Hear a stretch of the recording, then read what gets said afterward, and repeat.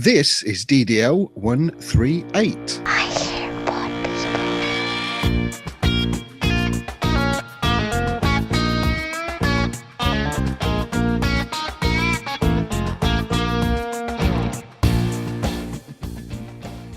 Good evening, Darren. Good evening, Lance. How are you doing, sir? Yeah, I'm very well, thank you. How are you? I hear you've been doing a bit of exercise this evening. Yeah, well, setting up to do some exercise, and I don't think I'll get any exercise because I can't finish doing the setting up that I was doing. Well, with those things, the setting up is exercise in itself quite generally. I generally end up, after putting stuff like that together, feeling more out of shape. And so what have you been putting together? I've got a weight bench, and yeah, you're quite right. Carrying it from Argos to my car and then up the stairs into my room. Yeah, that's pretty much a workout as it is. But yeah, no, I'm trying to build my weight bench. I've got a set of weights and dumbbells and barbells, and some of the exercises that I'm doing aren't really safe from an injury point of view to be doing the way I'm doing them. So I've bought a bench to sort of support the weights and support my back and stuff. And this is a bench that's got the hooks that you leave the barbells on, that Yeah. sort of thing? Yeah, and a backrest. And this one also has the weights that you can put on the leg. I don't know what it's called, to be honest, but leg raiser, yeah. So I've basically got it built, but have found that I don't have any tools whatsoever. I knew I didn't have many. It turns out I've got none that are useful. So I can't actually tighten all the nuts up. So I need to go and get one of those before I can use it. Yeah, I was given a sit-up bench for Christmas a couple of years ago. And unfortunately, the sit-up bench is about the right size for normal people. So I'm lying on this sit-up bench that's at a 45-degree angle, and my head and shoulders are flat on the floor, not on the slope of the bench. Well, what I've got, I've just got a sort of a foot anchor that slides under your door. Yeah. And you just tighten that up, and I use that. However, now I've got my exercise bike and the weight bench in the room. I suspect I don't have actually enough room to lie down to actually use that bit. So yeah, swings and roundabouts. I used to have one of those weight benches in my youth, but I couldn't find them when I was looking for them last. So they currently come back into fashion by the looks of them. Yeah, I mean, Argos seem to have half a dozen different styles. I went for the cheapest one. You can buy some that come with weights and more bits that go on the side to do different exercise and that, but I've gone for a fairly basic one. I've always found that sort of space is one of the issues. So yeah, doing press ups, pushing the bar up is great if your elbows can come down. Bench presses. Bench presses, that's the word. Yes. God, shows I'm an expert. But you can't generally, unless you've got a specific weight bench, you can't generally lay anywhere that gives you that kind of a freedom of movement. It's fun. That's one of the precise reasons why I went and bought one, because I tried doing a bench press with my back on my bed. Yeah. But like you say, your elbows can't go past the level of your back, so the bar doesn't actually come down to your chest. Yeah. So yeah, you're not getting the full range of movement, which wasn't great. And also then I've kind of got, when I'm finished, I have to sort of pull my arms back to drop it down over my head at the back of the bed, which isn't particularly safe. And the other one is the squats, where you've got the bar running across your shoulder. And you're doing squats. To get the bar from the floor to my shoulder involves lifting it over my head, which equally isn't safe. So now I've got the bench, I can sort of squat down behind the bar where it's and lift it up from that. So yeah, it was more a matter of safety than really wanting the weight bench. It's just a matter of not injuring myself, really. Well, getting to be old and crumbly like I am, every time there's an opportunity to get testing of health and fitness, I take that opportunity up. The boots over the past few years, every they'll have a free session where you come in, they test your height, weight, fat density, and all that, you know, muscle to weight ratios, all that sort of thing. Yeah. And this year, it actually came as part of our company health plan, is that you actually have an hour and a half visit with the Bupa team, and they do a series of tests on the normal blood tests, urine tests, and all that sort of thing. All right. But then on top of that, they also test you for core strength and flexibility. Okay. And that was interesting. So what sort of things did they do to test that? For it was a lot of balancing stuff. So down on hands and knees, I had to lift my left arm and my right knee. Yeah. Touch my left elbow to my right knee, and then straighten it out again and put it down.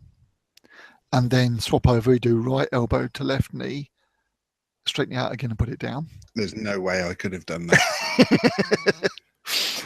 There's a stomach in the way. The harder one was to do right hand and right knee out to like a Superman position, balancing on your left arm and your left knee. Oh, blimey, yeah. Yeah. Then bring them in, touch them, out to Superman again. And I'm doing this as I'm saying it. And then back down to all four. And then the very hardest one was the opposite, leaning on the right while you do the left. And yeah, I managed to score full marks out of doing all of these, which I was quite surprised with.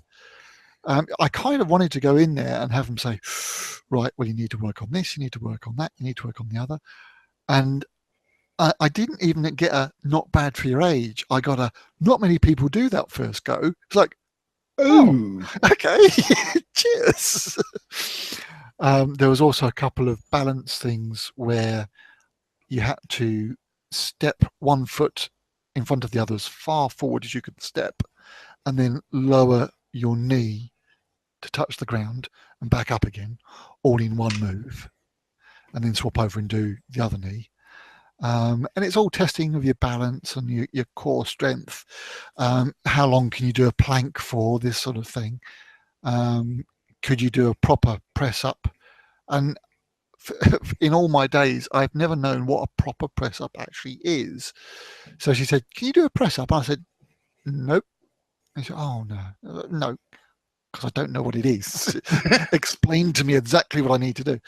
Apparently, when most people do press ups without knowing what they're doing, it's sort of an S shape where you put your bum down first, then you put your shoulders down, then you stick your bum in the air, and then you lift your shoulders up. Whereas you're supposed to sort of plank and do it all in one. And the exercise is in keeping your body straight while letting your arms push you up and down. Yeah, it's literally your arms doing all the work. Your back and it should all be in one straight line, shouldn't it? And I didn't know that. I learned something. I did. She did tests on the blood and so cholesterols and things like that, and said, yeah, cholesterols were within the green band, but a little high on one place, a little low in the other, and it needed a slight adjustment, or I need to slightly adjust the diet to compensate for that. But generally, not bad for an old guy, I think. Yeah. It's funny you say about blood tests and that, because I actually went for one this morning. Oh, right. To do for exactly the same thing. I don't know if I said in the last show that I'd been to the doctors just before Christmas, and they took a urine sample and all of that. Well, the second half of that now is to go and have some blood tests done so they can test my cholesterol level. Yeah. Because my BMI is high, ridiculously so, and I've had a 24-hour blood pressure monitor, which results in it also being high. They wanted to test for cholesterol to see if I need any medication to bring my blood pressure down. Yeah. If my cholesterol's high, then they'll medicate me.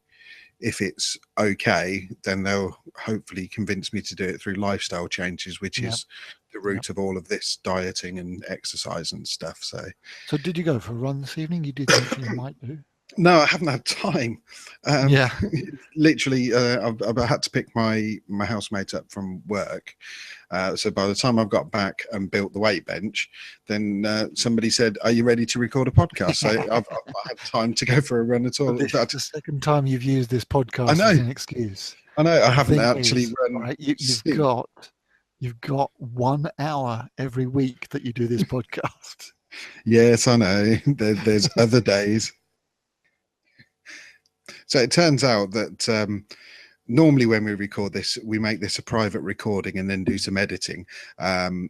Today I've forgotten to do that, and it's a public stream, and it seems my daughter's listening to us recording this. So hello, Arabeth. Good evening, Arabeth. It's interesting. It doesn't show on my screen that it's actually live. I mean, it gives you the warning when you first go into the recording. It says this is live and maybe listen to, but it doesn't always show whether it's private or public. No, now I've looked at the screen, I can actually see that yes, I've got one viewer. So that's my daughter. So I have been listening to the back catalogue and converting them into video files so they can be uploaded to YouTube. And out of 135 shows, I'm missing one. just one. Just one.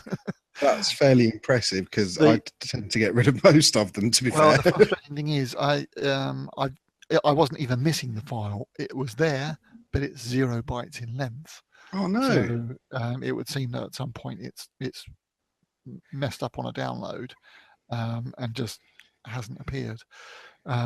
Very unlikely, but since we've got such a small audience and such a small audience of fanatics, if anybody happens to have the sound file for Dumbed Down Life number 78, please get in contact with Lance or I so we can convert it and stick it up on the YouTubes.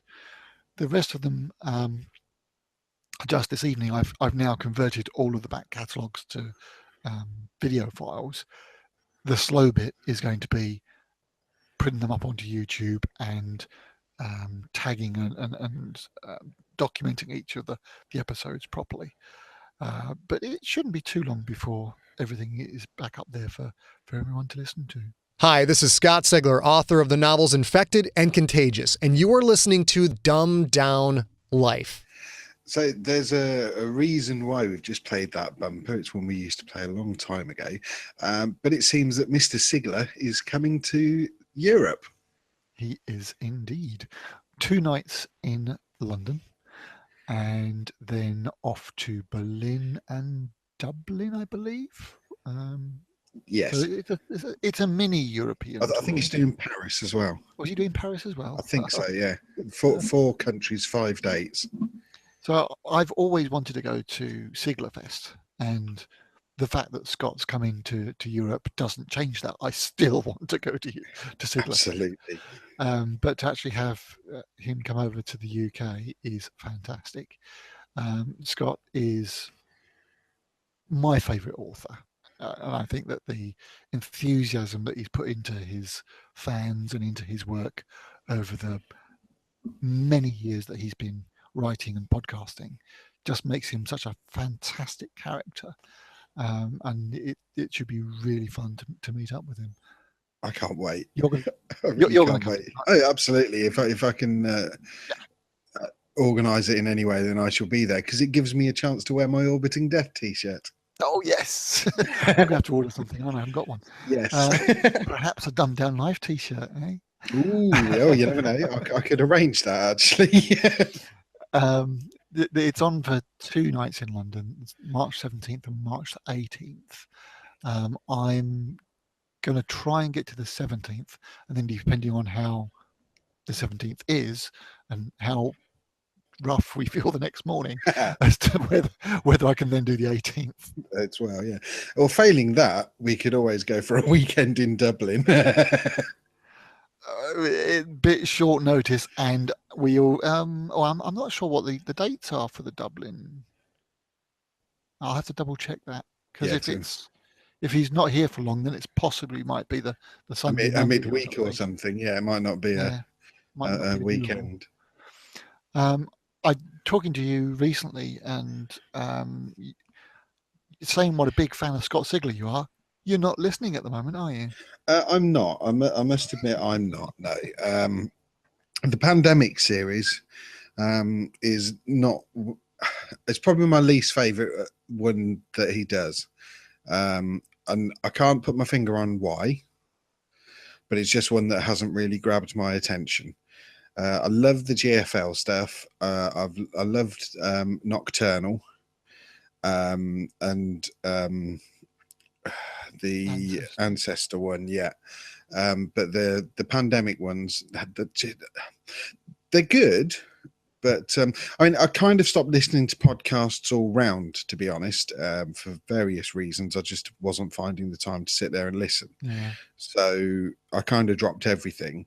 I think I swapped phones, and that messed my feed up completely. I had to sort of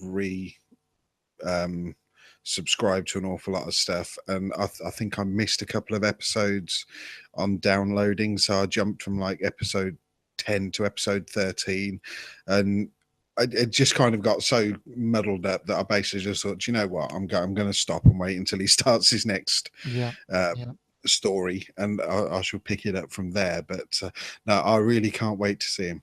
Well, the Friday fix has gone. It has passed away.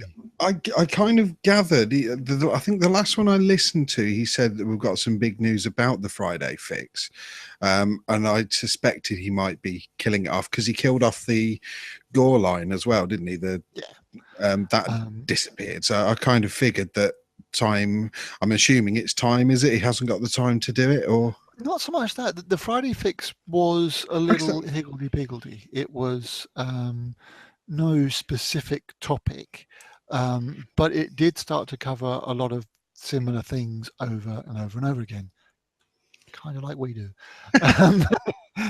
And he was answering questions about how to get into podcasting, how to get into writing, when's this book coming out, when's that book when's Mount Fitzroy coming out, and every time certain questions were getting repeated over and over and over again, and he found that in even answering them vaguely, people were kind of holding him to those promises. Yeah. And it became out, well, I'm just having this show so that I can say that at the end of next year I shall release a book, which when it comes to the end of next year I'm not actually going to release. And why are we doing this? And taking sort of information from feedback, some of the most popular shows that he'd had were related to just back and forth conversation between him and A. Kovacs. I must admit, I was not a big fan of the Friday fix, and I tended not to listen to many of them because they were all sort of updatey type things, and frankly, I just like the stories. Yep. Well, what it's been replaced with now is a program called Story Smash. Ah, right. And Story Smash looks at films, TV, books, stories, and with a critical eye, and discusses them in different ways. Oh, okay. So it's kind of like a book club, but not specifically only to do with books. It started late last year, and one of the first stories that he talked about was Die Hard. And they discussed the question, is Die Hard a Christmas movie? That was a really short show, because yes, it is. Let's move on. But why is it? And somebody has to take up the view, no, it's not. And why isn't it? Which, was a pretty difficult thing to try and argue, because, it's a Christmas movie. It's a Christmas movie. Ho, ho, ho. Now I have a machine gun. So he did he did Die Hard, a program called a film called Four Rooms, I've heard of which that. well, I hadn't heard of it, and then went to watch it because of it, and intend on doing so from now on. So the next one after that was Galaxy Quest, and I've been trying to watch Galaxy Quest with everybody else in the house, That and is it's a just great trying to get film. time together. It's a Is fantastic film.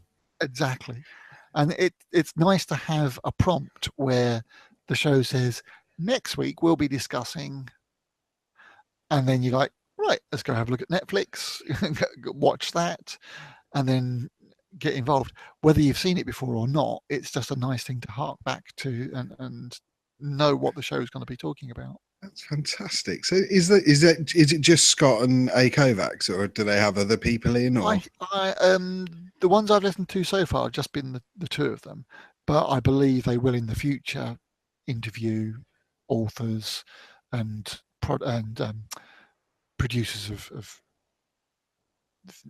films and books and so forth. So and is it in the same feed as the Sunday feed? the same Because feed, yep, the same feed as the Sunday feed at the moment.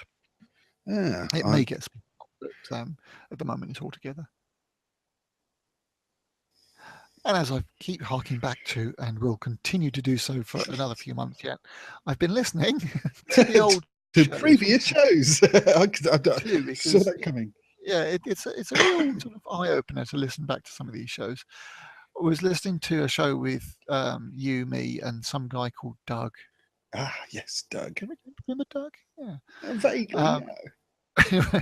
We were talking about remote control helicopters, Right. and it just put a smile on my face because this was long before drones.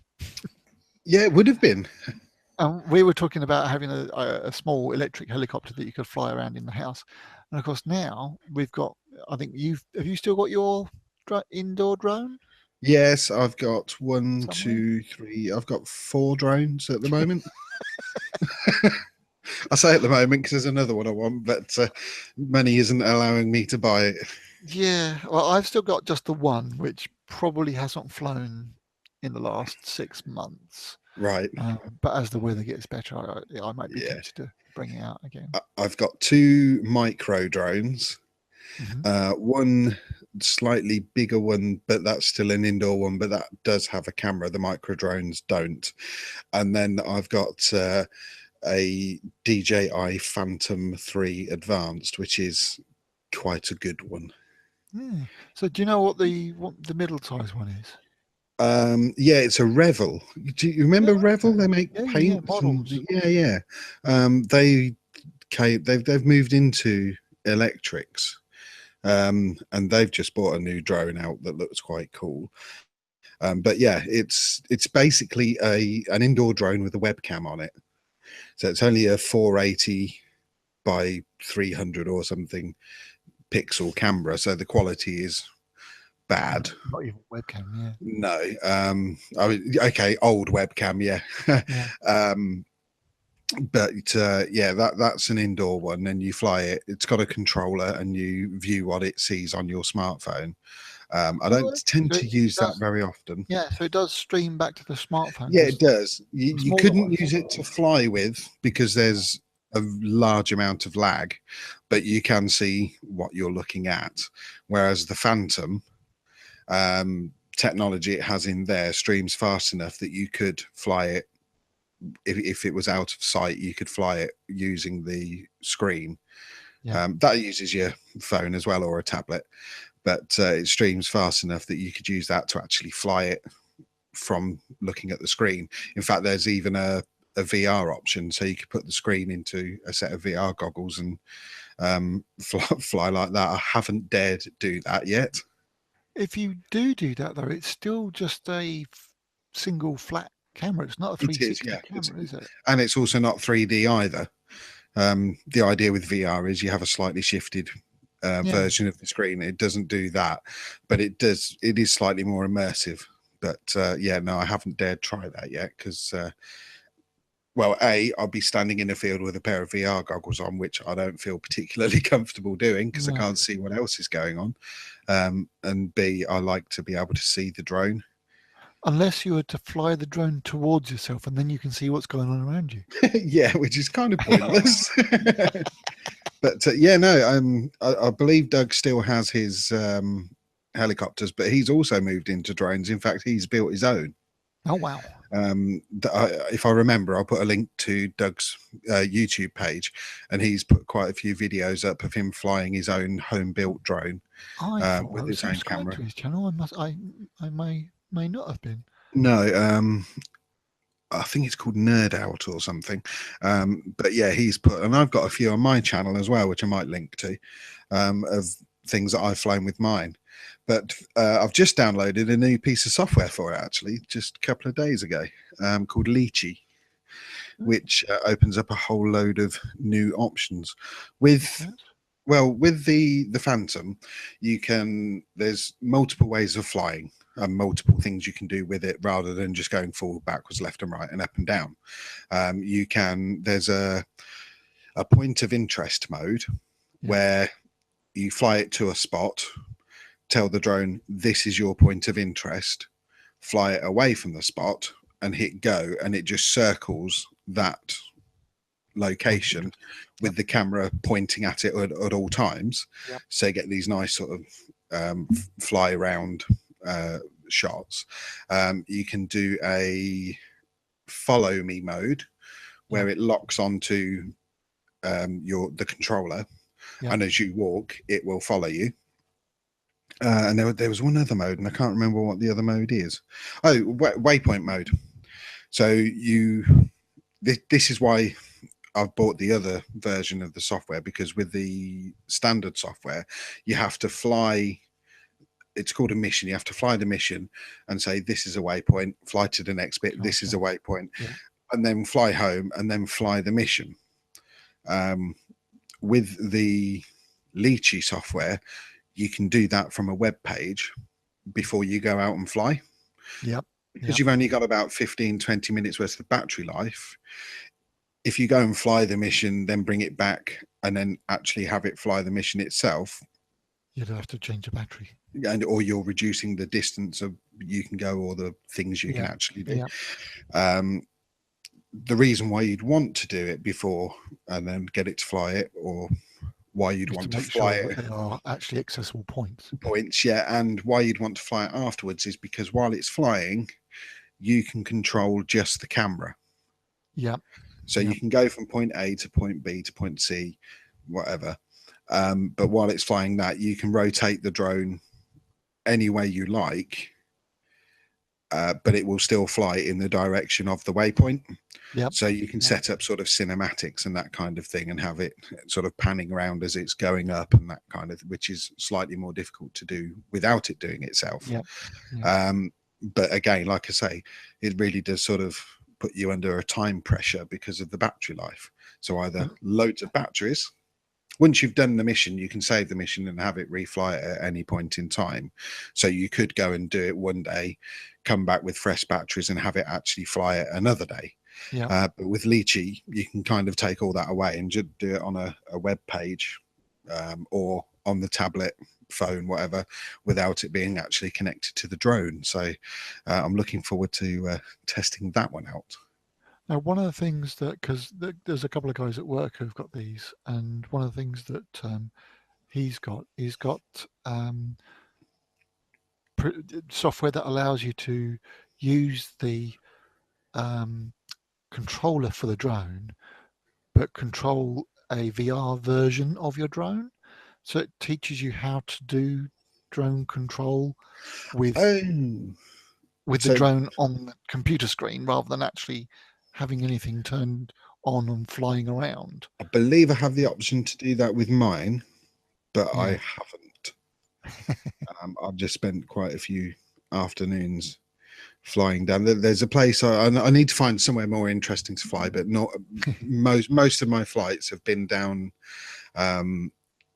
near a local piece of land. It's called Stannick Lakes, which is like a country park. But there's an old path that runs from where I live all the way up there, which is probably about a mile. Yeah. And there's a little bit of wasteland at the start of that, and I tend to sort of take off from there and fly around, have a look at the lakes and that kind of thing. Just practicing really. But unfortunately, with it being winter, like you were saying about the nights and the weather and that, I haven't had much time recently to go out and fly, because obviously once I get home from work it's dark, so I'm stuck at weekends, and I only get so many free weekends because of children and scouting and stuff. So I need to wait until summer comes and actually get some more hours in 2 or 3 times a week to get the skills up before I dare fly it somewhere more interesting. What I need to do before it starts getting too light is one weekend, perhaps early in the evening, go over to a local field and fly it in the dark, because the lights on the bottom of that would be quite impressive flying around. Yeah, I thought of that. Well, doesn't time fly when you're having fun? It's like, what are we going to talk about for all that time? I don't know. Oh, and we're over. Thank you very much for listening. If you have enjoyed our show, please leave a comment below, whether it's on Facebook, whether it's on YouTube, wherever you are listening. I'm sure there is a way of leaving a comment. And if you can leave a comment, it'll get back to us in one way or another. Ta-ra! Ta-ra!